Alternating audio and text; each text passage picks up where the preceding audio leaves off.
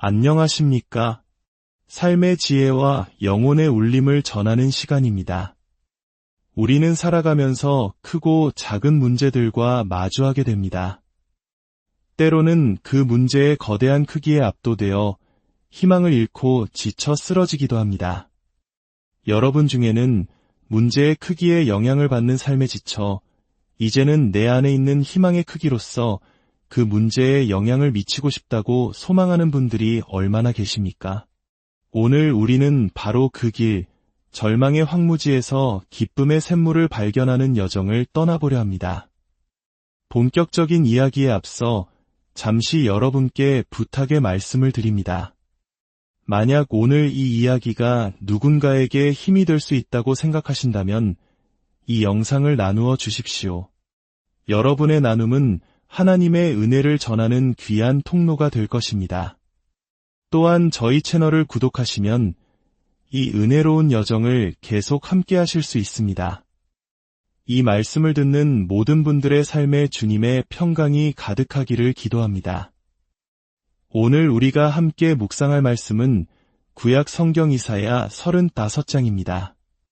어떤 이들에게 성경은 어려운 율법서나 역사책으로 느껴질 수 있지만 저에게 이사야 35장은 지친 영혼을 위한 휴식처와 같은 장입니다. 마치 아름다운 시를 읽듯 마음의 위로와 기쁨을 얻기 위해 수시로 펼쳐보는 말씀이죠. 저는 오늘 아침 이 말씀을 묵상하다가 이전에는 미처 깨닫지 못했던 놀라운 진리를 발견했습니다. 그것은 바로 소망과 기쁨의 깊은 관계입니다. 이제껏 이 둘의 연결고리를 생각하지 못했는지 모르겠습니다. 하지만 명백한 사실은 소망과 기쁨은 서로 때려야 뗄 수 없는 관계라는 것입니다. 소망이 없는 곳에는 기쁨이 존재할 수 없으며 위대한 소망이 있는 곳에는 위대한 기쁨이 피어납니다. 어쩌면 우리는 한 사람의 기쁨의 크기를 통해 그 사람의 소망의 크기를 가늠해 볼 수 있을지도 모릅니다. 우리가 현대사회에서 사용하는 희망 혹은 바람이라는 단어는 성경이 말하는 소망과는 그 의미가 사뭇 다릅니다. 그렇게 되면 좋겠다는 막연한 기대나 어둠 속에서 던지는 희미한 외침과 같죠. 그러나 성경적인 소망은 완전히 다릅니다. 성경에서 말하는 소망의 정확한 의미는 좋은 일에 대한 기쁨의 찬 기대입니다. 이는 아직 우리가 기도하던 것을 받기 전부터 누리는 기쁨입니다. 한두 달 뒤에 응답을 받았을 때 느끼게 될 그 기쁨과 동일한 크기의 기쁨을 좋은 일이 일어날 것을 기대하며 미리 누리는 것입니다. 예를 들어 월드 시리즈에서 우승한 야구팀 선수들이 라커룸에서 하나님께 감사하는 모습을 상상해 보십시오. 좋은 일이 일어났을 때, 특별한 선물을 받았을 때 감사하고 기뻐하는 것은 그리 어려운 일이 아닙니다. 몇 년 전 제 아내의 부모님께서는 동네 식료품점의 10만 번째 고객으로 당첨되어 새 자동차를 선물 받으신 적이 있습니다. 아무것도 한 것 없이 쇼핑하러 갔다가 차를 얻었으니 기뻐하는 것은 당연한 일입니다. 하지만 성경이 말하는 소망은 기뻐할 만한 일이 아무것도 보이지 않는 상황 속에서 먼저 표현되는 기쁨으로 측정됩니다. 이것은 맹목적인 긍정이나 현실 부정과는 다릅니다. 이 소망은 하나님의 변치 않는 성품과 인격, 그리고 우리 삶을 향한 그분의 신실한 약속의 말씀에 그 뿌리를 두고 있기 때문입니다. 우리는 지금 당장 눈앞에 무슨 일이 일어나고 있는지 다 이해하지 못할 수 있습니다. 그러나 우리는 언제나 소망 가운데 살아갈 수 있습니다. 왜냐하면 우리가 마주한 그 어떤 문제도 하나님을 놀라게 할 수 없기 때문입니다. 지금 제 앞에 닥친 수많은 일들은 저를 당황하게 만들었지만 그 어떤 것도 하나님께는 갑작스러운 일이 아닙니다. 그렇기에 저는 언제나 그 신뢰의 자리로 돌아갈 수 있습니다. 비록 저는 이런 일을 예상하지 못했지만 하나님과의 관계는 저를 소망의 사람으로 굳건히 세워주기 때문입니다. 저는 응답이 어떤 모습일지 알기 전에 심지어 응답이 오기도 전에 미리 그 응답을 축하할 수 있습니다. 이것이야말로 진정한 믿는 자의 삶입니다. 우리의 책임은 전염성 있는 소망을 가지고 살아가는 것입니다. 진정한 믿음은 문제의 존재를 부정하지 않습니다. 진정한 믿음은 그 문제가 우리 삶에 영향을 미칠 권리가 있음을 부정하는 것입니다. 저는 의사의 진단서나 지불해야 할 청구서나 얽혀버린 인간관계의 갈등을 외면하지 않습니다. 하지만 저는 압니다. 제게는 답이 없을지라도 나의 아버지이신 하나님께는 답이 있다는 것을 말입니다. 예수님께서 십자가에서 돌아가셨을 때 그분은 제가 인생에서 마주할 모든 것을 이미 다 헤아리셨습니다. 그분은 사랑이 보여줄 수 있는 가장 극단적인 모습으로 저를 위해 죽으셨습니다. 성경은 말합니다. 만일 하나님께서 가장 귀한 아들까지 내어주셨다면 그보다 덜한 모든 것들은 이미 그 사랑 안에 포함되어 있지 않겠느냐고 말입니다. 로마서 8장 32절은 이렇게 말씀합니다. 자기 아들을 아끼지 아니하시고 우리 모든 사람을 위하여 내주신 이가 어찌 그 아들과 함께 모든 것을 우리에게 주시지 아니하겠느냐. 자, 이제 이사야 35장의 말씀 속으로 더 깊이 들어가 보겠습니다. 1절과 2절입니다. 광야와 메마른 땅이 기뻐하며 사막이 백합화같이 피어 즐거워하며 무성하게 피어 기쁜 노래로 즐거워하며 레바논의 영광과 갈멜과 사론의 아름다움을 얻을 것이라. 그것들이 여호와의 영광 곧 우리 하나님의 아름다움을 보리로다. 이것이 무엇을 의미합니까? 이것은 척박하고 메마른 땅에 하나님께서 찾아오셔서 그곳이 풍성하게 꽃을 피우는 모습입니다. 우리 민족이 겪었던 잿더미 같던 시절, 혹은 우리 각자의 인생에서 마주했던 황량한 광야를 떠올리게 합니다. 그러나 그곳에 하나님의 약속과 목적이 연결될 때 죽음만이 가득했던 땅의 생명이 움트고 풍성함이 넘치게 됩니다. 그리고 마침내 그들은 하나님의 영광, 곧 그분의 탁월하심과 아름다움을 보게 될 것이라고 약속하십니다. 이 놀라운 약속을 배경으로 이 제3절과 4절은 우리에게 주어진 사명을 이야기합니다. 너희는 약한 손을 강하게 하며 떨리는 무릎을 굳게 하며 겁내는 자들에게 이르기를 굳세어라. 두려워하지 말라. 보라, 너희 하나님이 오사 보복하시며 갚아주실 것이라. 하나님이 오사 너희를 구하시리라 하라. 이 두 구절은 이 장 전체에서 유일하게 우리에게 무언가를 하도록 위임된 부분입니다. 하나님께서 상황을 바꾸시고 비범한 방식으로 나타나시는 것을 배경으로 그분은 우리에게 말씀하십니다. 이것이 너희의 일이다. 소망에 흠뻑 젖은 삶을 살 때 우리는 소망이 없는 사람, 흔들리는 사람, 개인적인 연약함의 자리에 있는 사람에게 다가갈 힘을 얻게 됩니다. 우리 모두는 연약함의 자리에 있었던 경험이 있고 또한 강함의 자리에 있었던 경험도 있습니다. 하나님은 우리에게 말씀하십니다. 너는 지금 하나님의 목적에 잠겨 있으며 내 삶의 모든 날을 소망 가운데 살아갈 이유가 있다. 만약 당신에게 소망이 없다면 그것은 당신이 거짓의 영향력 아래 있다는 증거입니다. 하나님이 하신 말씀을 진실로 믿는 사람은 결코 소망 없이 살아갈 수 없습니다.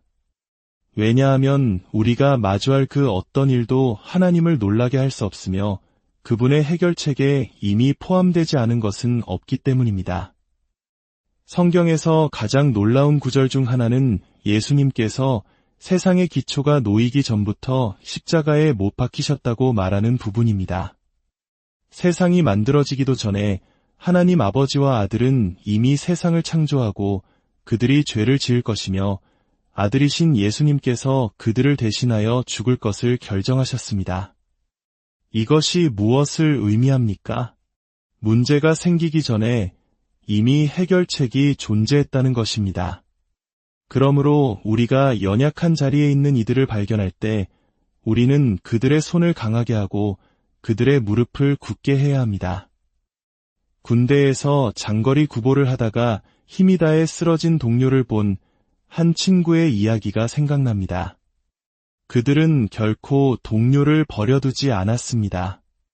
한 명은 쓰러진 동료의 군장을 자신의 군장 위에 메고 다른 두 명은 그의 양팔을 부축하여 결승선까지 함께 달렸다고 합니다.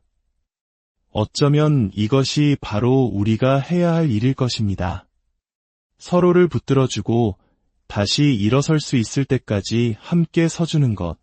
그러나 우리의 사명은 단지 물리적인 도움에서 그치지 않습니다. 그것은 예언적인 영역으로 나아갑니다. 두려워하는 자에게 가서 이렇게 말해야 합니다. 두려워하지 마십시오.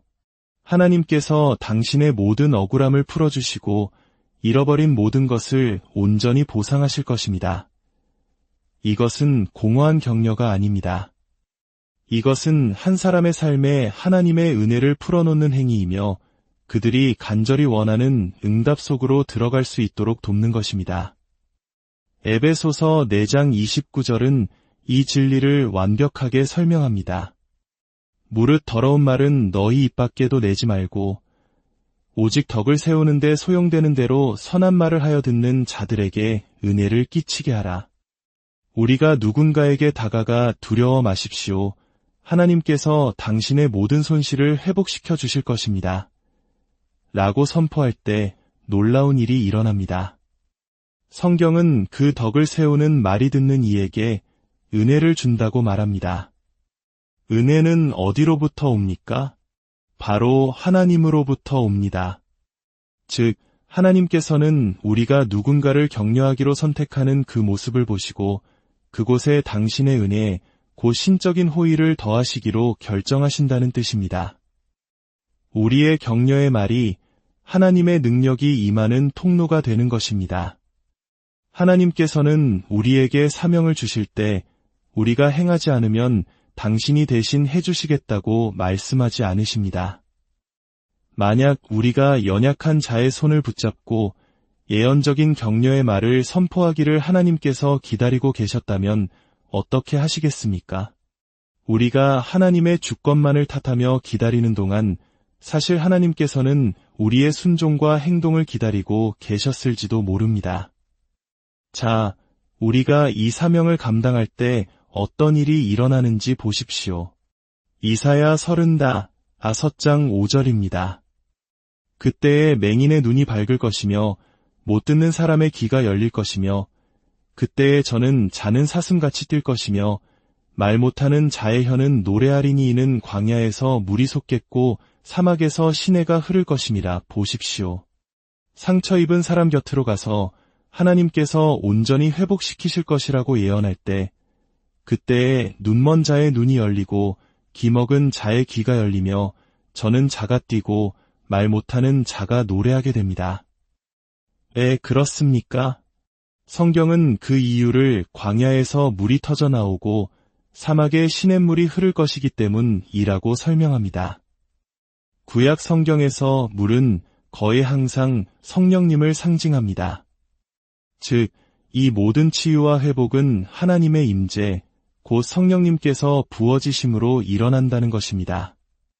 우리가 소망을 품고 순종의 말을 선포할 때 하나님께서는 메마른 심령과 황폐한 상황 속에 당신의 생명의 강물을 흘려보내십니다.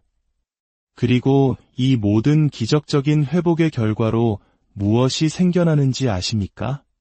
8절은 이렇게 말합니다. 거기에 대로가 있어 그 길을 거룩한 길이라 일컫는 바되리니 바로 거룩함의 고속도로입니다. 많은 사람들이 거룩함을 딱딱한 규칙이나 해서는 안 될 일의 목록으로 오해합니다. 그러나 성경이 말하는 거룩함은 그런 것이 아닙니다. 거룩함은 하나님의 본질적인 아름다움입니다. 악한 세력이 가장 두려워하는 것이 바로 하나님의 백성 안에 있는 이 거룩함입니다. 소망을 품은 백성들이 일어나 서로를 격려하고 초자연적인 하나님의 역사가 그들의 삶에 임할 때 그 결과로 거룩함의 길이 열립니다. 그리고 이 길은 너무나 놀랍습니다. 9절 후반부터 10절은 이렇게 노래합니다. 오직 구속함을 받은 자들만이 그리로 행할 것이며 여호와의 속량함을 받은 자들이 돌아오되 노래하며 시온에 이르러 그들의 머리 위에 영원한 희락을 띠고 기쁨과 즐거움을 얻으리니 슬픔과 탄식이 사라지리로다. 이 길은 너무나 넓어서 어리석은 자라도 그 길을 걸을 때 길을 잃지 않을 것이라고 약속합니다. 인생 최악의 날을 보내는 사람조차도 그 길에서 떨어져 나가지 않을 만큼 넓고 안전한 길입니다. 이것이 바로 하나님의 은혜입니다. 마지막 구절을 다시 보십시오. 그들은 기쁨으로 돌아와 기쁨을 얻을 것이다. 그리고 슬픔과 탄식이 달아날 것이다.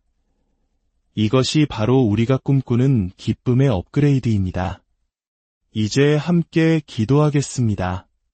하나님 아버지, 오늘 이 자리에 모인 우리 모두의 마음에 그리고 이 말씀을 듣는 모든 이들의 심령 속에 새로운 차원의 소망이 부어지기를 간절히 기도합니다.